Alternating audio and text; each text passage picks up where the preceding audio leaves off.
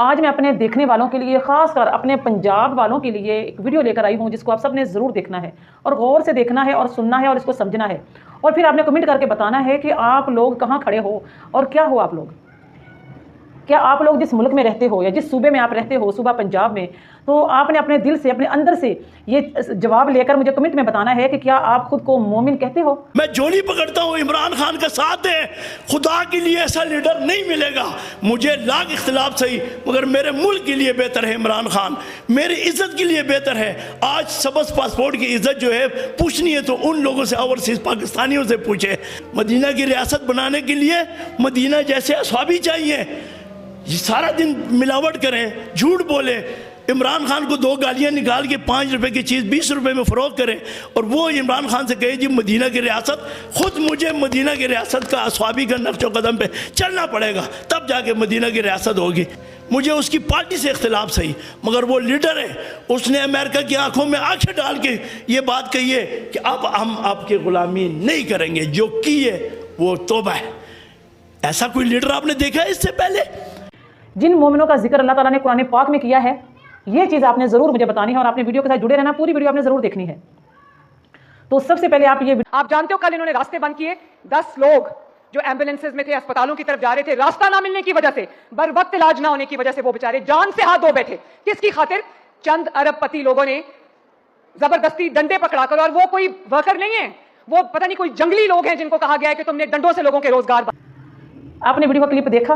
یہ ہمارے ملک کی محترمہ مریم نواز جو کہہ رہی ہیں کہ ادھر جو خیبر پختونخوا والوں نے جو وہ دھرنا دیا ہوا ہے عمران خان کی رہائی کے لیے، اس کی ایک آنکھ ضائع ہو گئی ہے اس کی وجہ سے کہ اس کو رہا کیا جائے، اس کا علاج کیا جائے، ان لوگوں کے بارے میں بتا رہی ہے کہ وہاں پر ایمبولینس میں 10 لوگ مر گئے ہیں، اور یہ اتنے ظالم لوگ ہیں جو دھرنا دے کر بیٹھے ہیں، تاکہ ان کو دھرنا ختم کرنا چاہیے، لوگوں کی جانوں سے کھیل رہے ہیں، لوگ اپنی جانوں سے ہاتھ دھو بیٹھے ہیں۔ اصل میں ہماری یہ محترمہ جو ہے نا مریم نواز یہ کہنا چاہ رہی ہے۔ تو یہاں پر یہ دیکھیں کہ جب سانحہ ماڈل ٹاؤن ہوا تھا تو کتنے لوگ وہاں پر مارے گئے تھے، شہید کیے گئے تھے، ان میں عورتیں بھی تھیں، مرد بھی تھے، بے تحاشا لوگ وہاں پر مارے گئے، ان کا کوئی قسم سائی نہیں بنا۔ اور اس کے بعد جب ڈی چوک میں لوگوں نے دھرنا دیا، وہاں پر کتنے لوگوں کو مارا گیا، رات کے اندھیرے میں ان کے سروں میں گولیاں ماری گئی، ان کی لاشوں کو چھپایا گیا۔ 1 مہینے تک ان کے ورثاء یہ کہتے تھے کہ ہمیں بتا ہی دو کہ ہمارے جو مرنے والے تو مر گئے، شہید ہونے والے تو شہید ہو گئے ہیں، لیکن ہمیں بتا دیا جائے، ان کی لاش دے دی جائے، یا ہمیں بتا دے کہ وہ کہاں ہیں۔ ان کی لاشوں کی گاڑیاں بھر کے پتہ نہیں کہاں پر انہوں نے ٹھکانے لگا دی۔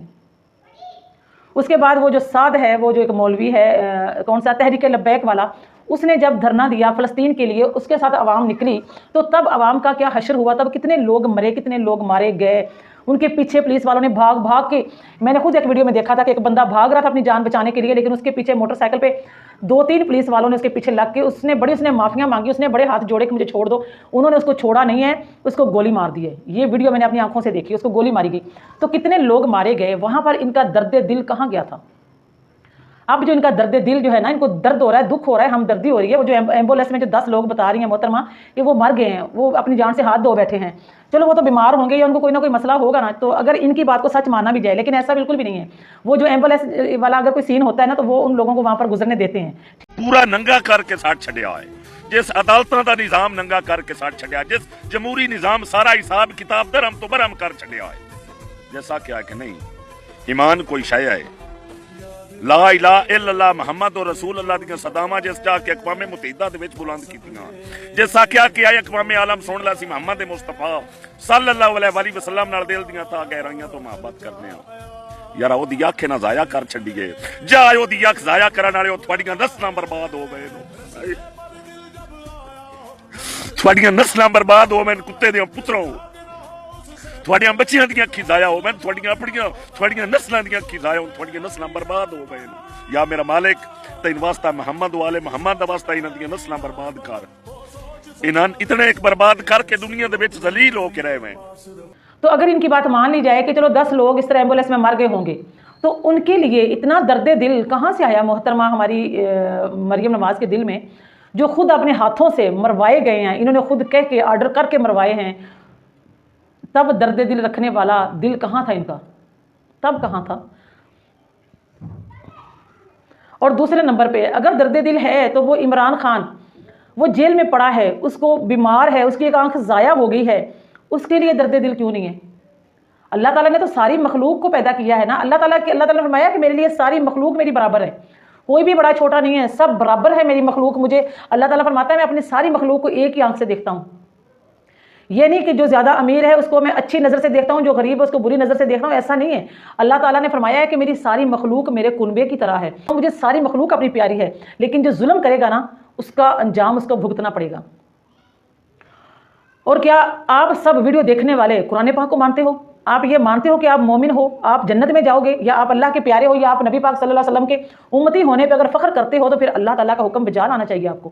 اللہ تعالیٰ نے تو فرمایا ہے کہ مومن وہ ہے کہ جو حق اور انصاف کے ساتھ کھڑا ہو جائے, ظالم حکمران کے سامنے کھڑا ہو جائے, چاہے اس کو یہ اس بات کا یقین ہی کیوں نہ ہو کہ میں مار دیا جاؤں گا, میرا سر جو ہے وہ تن سے جدا کر دیا جائے گا, لیکن وہ پھر بھی ظالم حکمران کے سامنے کھڑا ہو جائے, ڈٹ کے کھڑا ہو جائے اور انصاف کے لیے کھڑا ہو جائے. وہ مومن ہے. وہ مومن نہیں ہے کہ جو حکمران کے ڈر سے یا اپنی نوکری کے ڈر سے اندر چھپ کے بیٹھ جائے اور بولے کہ میری نوکری چلی جائے گی, یا بولے کہ میں جانتے ہوئے بھی کہ ہمارا جو حکمران ہے وہ غلط ہے, وہ ظالم ہے, وہ ظلم کر رہا ہے. جس نے ایک بندے پہ ظلم کیا نا تو سمجھو اس نے پوری انسانیت پر اس نے ظلم کیا ہے. تو کیا خیال ہے آپ کا؟ عمران خان پہ جو ظلم ہو رہا ہے وہ ظلم نہیں ہے تو کیا ہے؟ وہ 70 سے اوپر 78 سال کا وہ ایک بوڑھا انسان ہے. اتنے بوڑھے انسان کو تو سزا ویسے معاف کر دی جاتی ہے. اللہ تعالیٰ نے فرمایا ہے کہ جب بوڑھے لوگ میرے پاس آئیں گے نا قیامت کے دن, ان کو سزا دینی ہوگی, تو اللہ تعالیٰ نے فرمایا کہ ان کے سفید بال دیکھ کے مجھے حیا آئے گی اور میں ان لوگوں کو معاف کر دوں گا. میرا دل نہیں کرے گا کہ میں ان کو جہنم میں ڈالوں یا ان کا میں واویلا سنوں یا ان پہ میں ظلم کروں. بے شک وہ گنہگار ہی ہوں گے, لیکن ان کے سفید بالوں سے مجھے حیا آئے گی. تو جب اللہ تعالیٰ اس چیز کا حیا کر رہا ہے, اللہ تعالیٰ کی ذات جس نے پیدا کیا ہے وہ اپنی مخلوق کا محتاج نہیں ہے, لیکن وہ بھی حیا کر. یہ کون سے مسلمان ہیں ہم, یہ کون سے مومن ہیں کہ ایک بے گناہ بندہ قید میں پڑا ہوا ہے, ناحق قید میں پڑا ہے, صرف اس کا قصور یہ کہ اس نے انصاف کے لیے آواز اٹھائی ہے, اس نے غریبوں کے لیے آواز اٹھائی ہے, اس نے اپنے لیے آواز نہیں اٹھائی. وہ کوئی غریب بھی نہیں تھا, وہ اچھی زندگی گزار سکتا تھا, بادشاہوں والی زندگی اس کی تھی, اور اس نے وہ سب کو ٹھکرایا ہے صرف اپنی غریب عوام کے لیے, اس ملک کے لیے. یہ سب کچھ وہی ہو رہا ہے جو حضرت امام حسین علیہ السلام کے ساتھ ہوا تھا نا. آج بھی ان کا نام زندہ ہے. ہر کلمہ پڑھنے والا جو سچا مومن ہے نا, آج بھی اس کو پتا ہے کہ امام حسین علیہ السلام حق پر تھے اور ان کو شہید کیا گیا. انہوں نے ظالم کے ساتھ بیعت نہیں کی تھی, انہوں نے ظالم کو نہیں مانا تھا, لیکن انہوں نے اپنی جانیں قربان کر دی تھی. آج وہی سین ہے سارا. اور مجھے افسوس ہے اپنے پنجاب والوں کے لیے کہ جب تمہیں کھیل تماشے کے لیے تو بولا جائے تو تم نہ دن دیکھتے ہو نہ رات دیکھتے ہو. تم لوگ صرف شغلی لوگ ہو. تمہیں لگتا ہے کہ شغل میلے کے لیے ہم آبس آئے ہیں, تو شغل میلہ ہی ہے یہ دنیا. لیکن یہ مت بھولو کہ یہ دنیا بہت بڑے امتحان کی جگہ ہے. اللہ تعالیٰ نے ایسے نہیں ہمیں دنیا میں بھیج دیا, امتحان لینے کے لیے دنیا میں بھیجا ہے. اور ہم کیا کر رہے ہیں؟ اور ادھر پٹھان لوگ تو سارے نکلے ہوئے ہیں ایک ناحق ایک بوڑھے قیدی کو آزاد کروانے کے لیے, جو کہ ناجائز قید میں بیٹھا ہوا ہے, اس پہ ظلم ہو رہے, اس پہ ستم ہو رہے ہیں.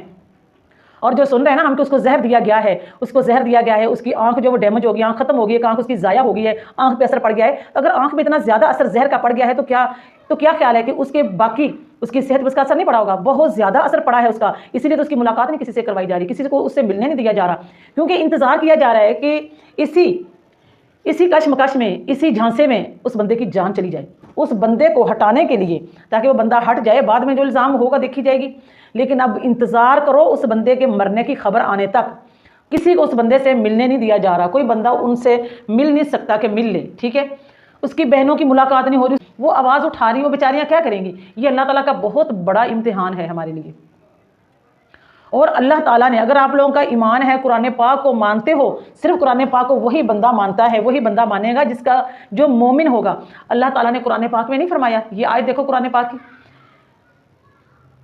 کہ ناک کے بدلے ناک, کان کے بدلے کان اور آنکھ کے بدلے آنکھ اس کی نکالی جائے. یہ برابری کا حکم اللہ تعالیٰ خود فرما رہا ہے. اگر کسی نے کسی کا کان کاٹ دیا, کسی کا ناک کاٹ دی, کسی کی آنکھ نکال دی ہے, کسی کا ہاتھ کاٹ دیا ہے, جو بھی کوئی نقصان ہوا ہے جسم کا, کسی کے جسم کے ایک حصے کا, تو اس کے بدلے میں اس کا وہی نکالا جائے, کاٹا جائے, اس کو وہی تکلیف اس کے برابر دیجیے. یہ قرآن کہہ رہا ہے, قرآن اللہ کہہ رہا ہے, عرش سے اللہ فرما رہا ہے. تو آپ لوگ کیوں نہیں اٹھ رہے؟ اس بندے نے اپنی جوانی تمہارے لیے قربان کر دی, اپنے بیوی بچوں کے ساتھ رہنا پسند نہیں کیا. پہلے بھی میں یہ بات کہہ چکی ہوں آپ لوگوں سے کہ خدا را نکلو اس کے لیے. کیوں نہیں نکل رہے ہو؟ کیا جان اتنی پیاری ہے؟ حضرت امام حسین علیہ السلام بھی اسی طرح شہید ہوئے ہیں. لوگ خاموش رہے ہیں خوف کی وجہ سے, ڈر کی وجہ سے. تو آج ہم بھی وہی کوفی بنے ہوئے ہیں, کوفی کہ جو نکل نہیں رہے. ابھی مریم نواز کسی کھیل تماشے کا اعلان کر دے گی تو سب لوگ نکلیں گے باہر. کیا بولوں میں؟ پنجاب والوں اپنے گریبان میں جھانکو, وہ بندہ ایک رکاوٹ ہے, جس دن وہ رکاوٹ ہٹ جائے گی نا,